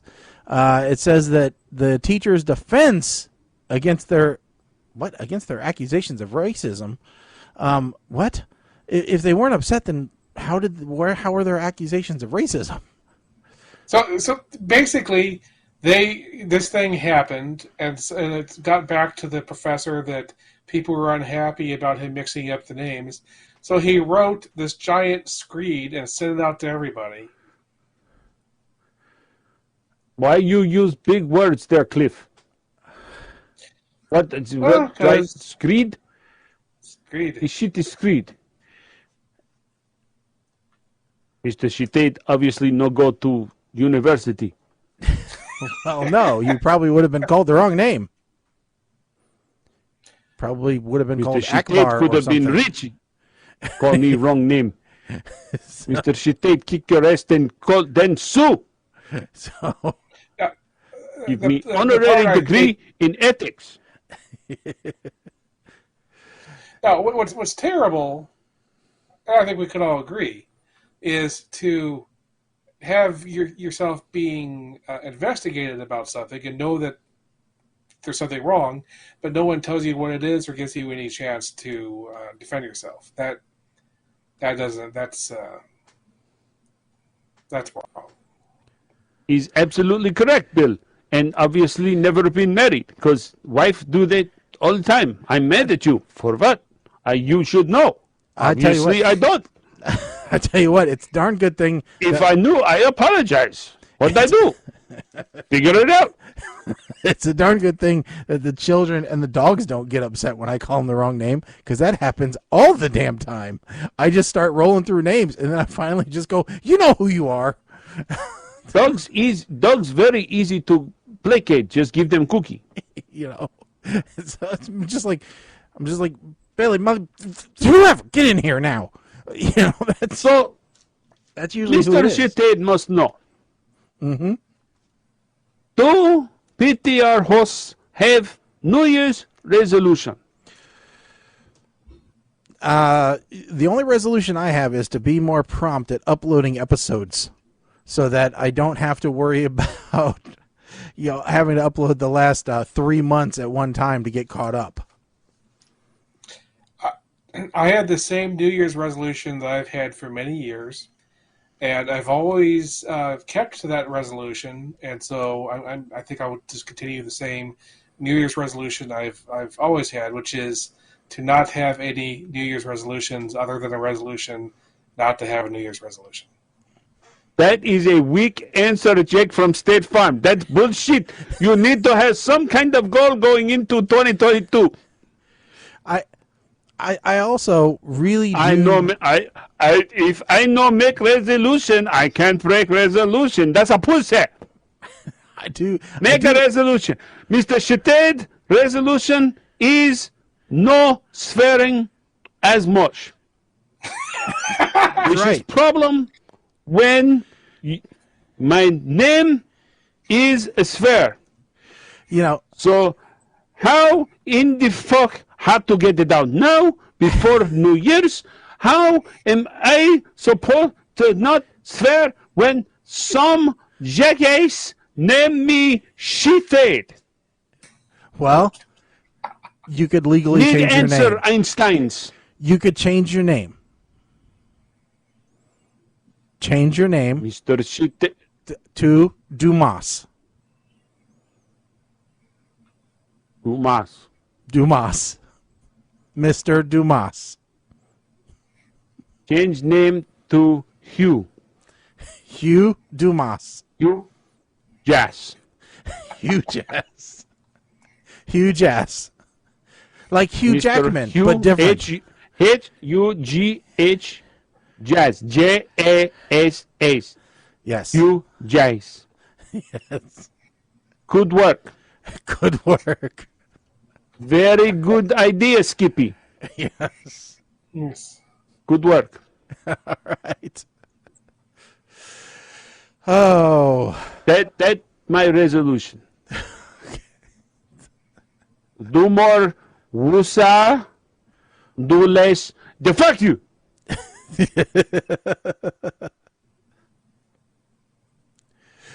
Also, Mr. Sheeted going to start making Instagram reels in New Year.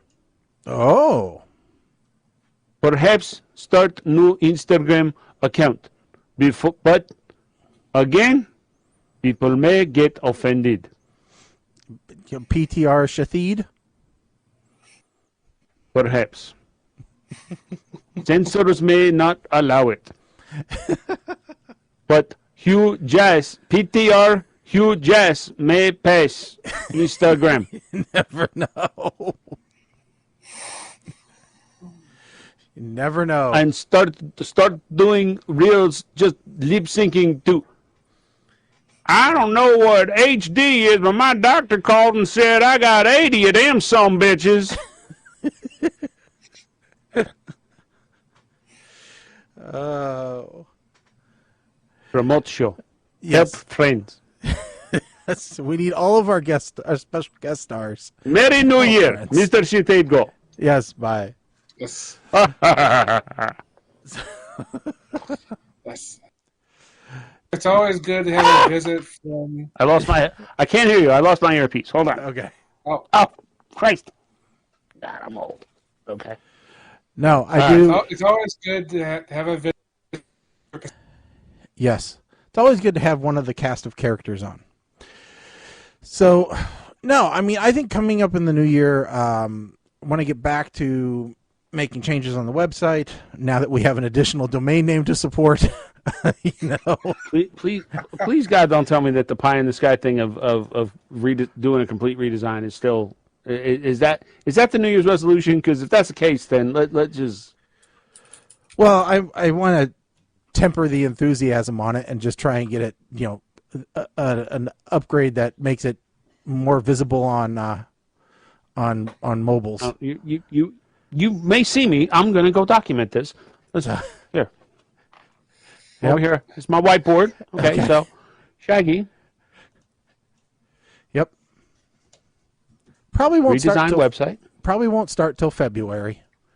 I've got a bunch of clients I got to make happy, but after that, Well, that's okay because you got a whole year. Yep. Colin is not make a resolution.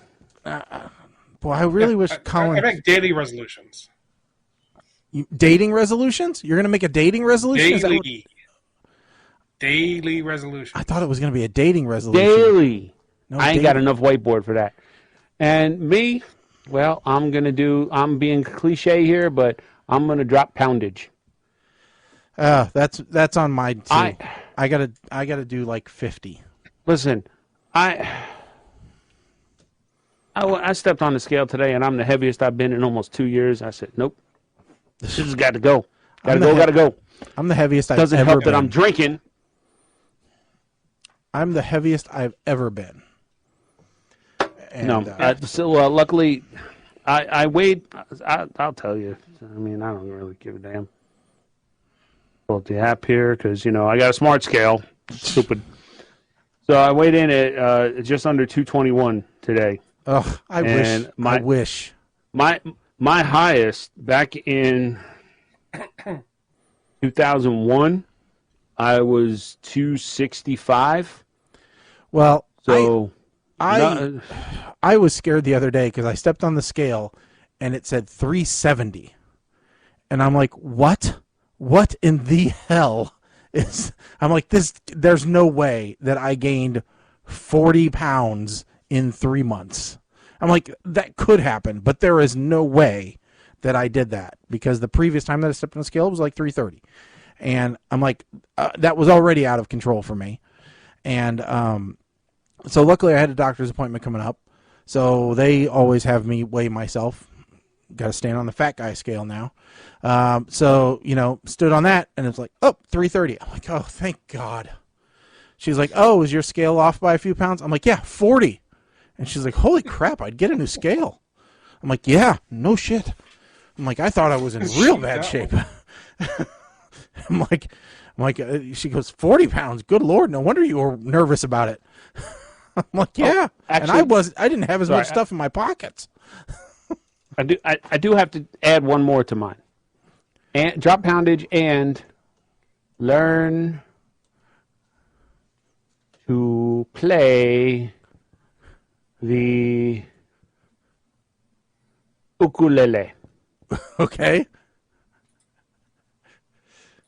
Yep.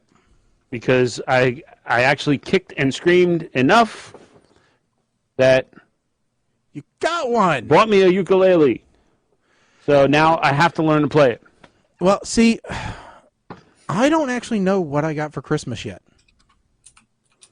How? Because we haven't had Christmas yet.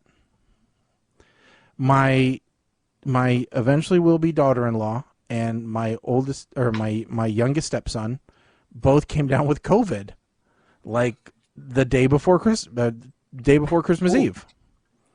Okay. And because of that, we actually have the grandkids right now, and his kids, and my older stepson doesn't want to come over to the house, and so we had my daughter come over for dinner and our oldest grandson come over for dinner, and that was all and my parents, and that's all we had for Christmas. So we haven't had, other than opening up the present from my parents, that's the only thing I've opened so far.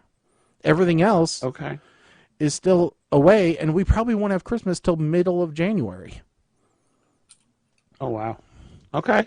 Well, I mean, I understand. I mean, and it sucks. I apologize for my knee-jerk reaction. It didn't even dawn on me that it could have been COVID-related, so I apologize for that reaction. No, trust me, it sucks, because like I got on Amazon today thinking, oh, there's probably some post-Christmas sales on stuff.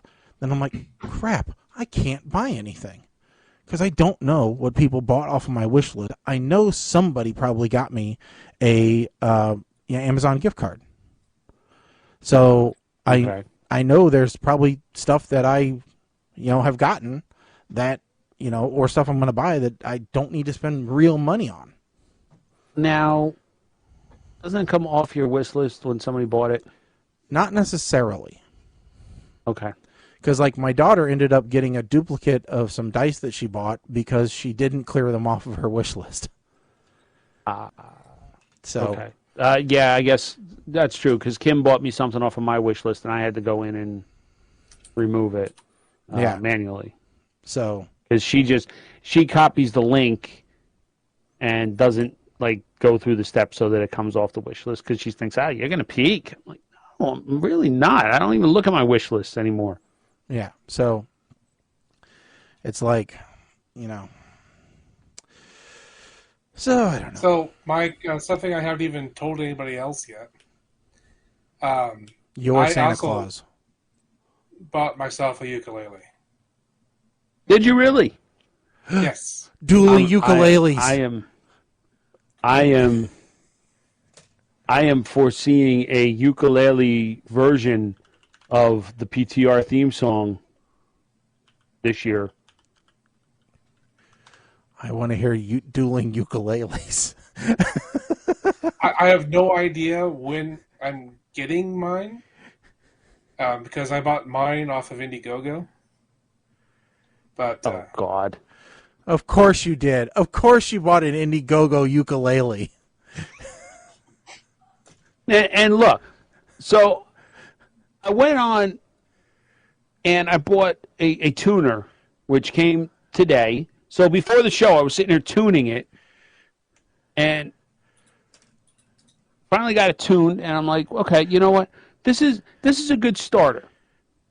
But I just happened, the tuner is a Fender brand, and Fender is known for their guitars, obviously, and musical instruments. So I go on their website, and they got ukuleles that are like $400. I'm like, for a ukulele. Colin Who am I, bought- Tom Hanks going to a volcano? Okay, wait a second. Colin bought a smart ukulele. Oh my god! Oh, this is bull. Get him back here. Get him. Smart ukulele. Get him back here. This is bullshit. Ukulele that teach you how to play bullshit. Oh my god! Again. That's crazy. A smart ukulele.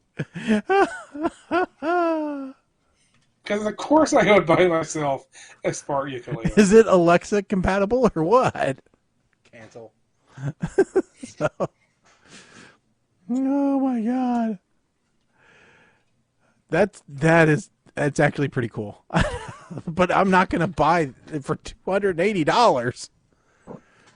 Okay, they have lower tiers, but still the cheap one is $180. Still wouldn't buy it for $180. I'm going on YouTube and watching. Now, Colin, I got to ask a question. Have you ever played a musical instrument before? I played a saxophone for like 1 year of school. And Okay. I had piano lessons. All right. I mean, I played the violin way back in grade school, and I've played, Guitar Hero. So that's about the extent of my musical. Yeah. So I think the next thing you need, once you master the ukulele, either one of you, you need to buy a banjolele. It's a miniature banjo. No. Then you guys No, can my do wife keeps calling dueling this a banjo. ukuleles. Keeps calling this a banjo, and she's watching. We're watching Meet the Ricardos, and he's out there with the conga playing, ba ba loo, and she's like, "Maybe I'll get you one of those for She needs Christmas some next year." I conga said, "No, drums. I'm getting you. This way, Oh no, I know what you need. we could be a band." I gotta find it. I have one of those. bongos, like Sheldon Cooper style bongos that Well, yeah, you could but learn to play too. They have like this rock looking thing that has like these cutouts on top that you hit with the mallets. It's kind of like I don't know what the hell it's called. It's a percussion instrument, but it's kind of like a kalimba. What the hell is it called? There it is. It's a steel drum. Ocarina. No, it's this. It's this guy here. So there's like there's sharps and flats to this. It's just a steel drum. So then it could go with your tiki bar. She could be out there playing with the tiki music. Now here's the other sad part is I've already been tasked with learning how to play the Somewhere Over the Rainbow. No, the so yeah, any of you all watch Mike and Molly? I haven't. I've been. I think it's one of those that I probably want to watch, but I haven't. Okay, so there in the Christmas episode, there's a Hawaiian Christmas song that Molly plays on loop. Nigga, but you wonka, he's a Oh, Kali Maliki Maka. Yeah, yeah, a Hawaiian Christmas song. So I've already been told that by next Christmas I better know how to play that. Yeah. And I'm like, well, there's a lot of stuff. With, okay, all right. So See, since I brought it up here, I have this. I have the kalimba. Okay. And then I also have a harmonica. So, Mama Blair, to answer your question, do I think Deborah Messing would have done a better job? I don't know. I don't know if Deborah Messing could have played the serious part of the behind the scenes stuff. I think Nicole Kidman nailed it. I do think, but it's a toss up. Desi Arnaz, I don't know. I honestly, I think Javier Bardem was just too big. And I realized that that title's not going away, and it covered the countdown, which is at like a minute and a half right now, I think. So I broke it. There we go. I was close. He was too big of a frame. It's like he actually made Lucy or Nicole Kidman look small. So I think from that respect, I had an issue. Overall, I did like. I thought it was a good movie. I would probably watch it again, and that's my review. Yep. So I saw many other movies. I saw Spider-Man. I saw Matrix. I saw The Matrix. I found Matrix, that the Matrix I enjoyed. fixed the Matrix for me, so I was happy with it. Okay. I did the Kingsman. I'm not gonna bother. Spider-Man. I'm just waiting. I'm waiting to watch. What is it? I think not tomorrow, but the day after. I think I'm watching. I am looking forward to that one too. But no, F9. Oh, okay. Fast and Furious, the latest Fast and Furious one. And we have 20 seconds. Mm-hmm. Jaggy, I'm going to let you count it down. I think we only need one counter downer because...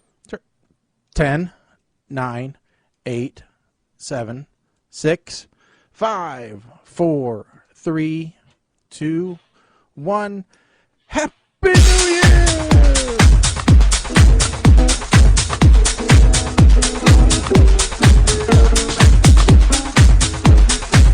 That's about it.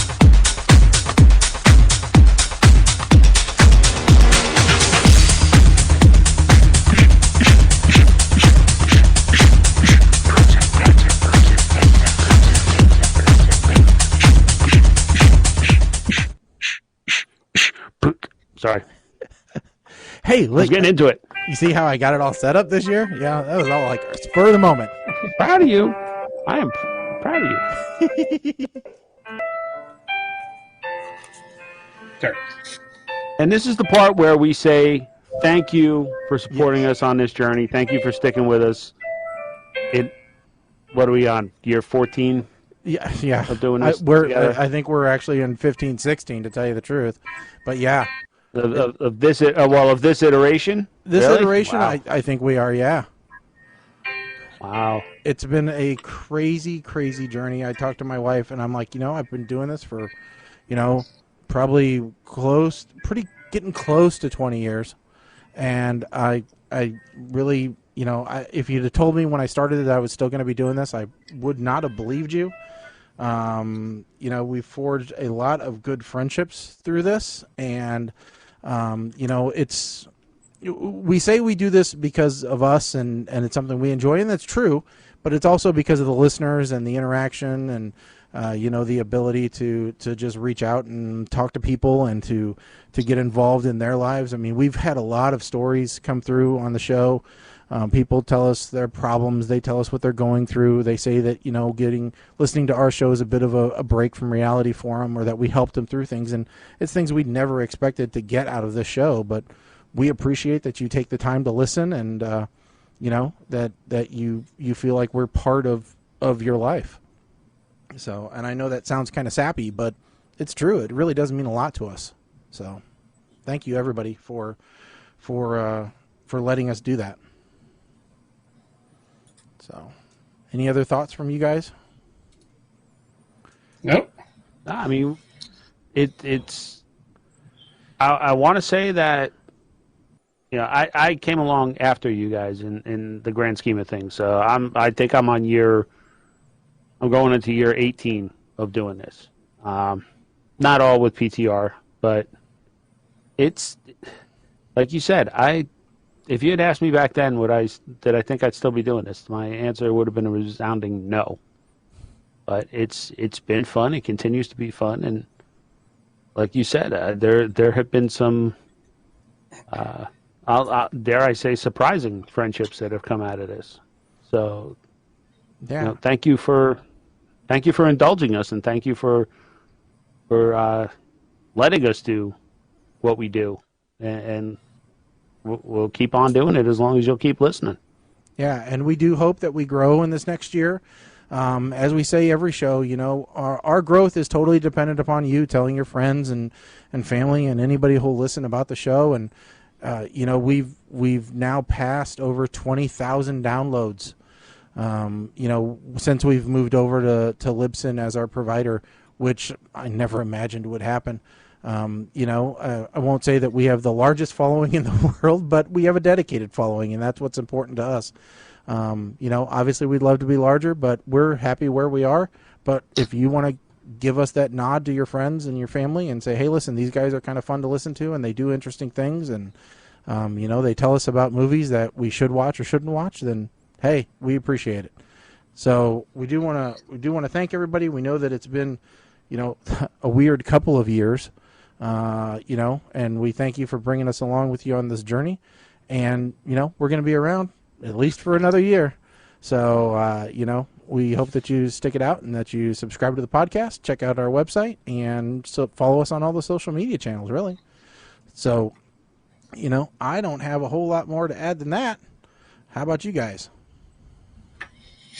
Nope. Let's all hope that 2022 is a better year than 2021, and it's definitely got to be a better year than 2020.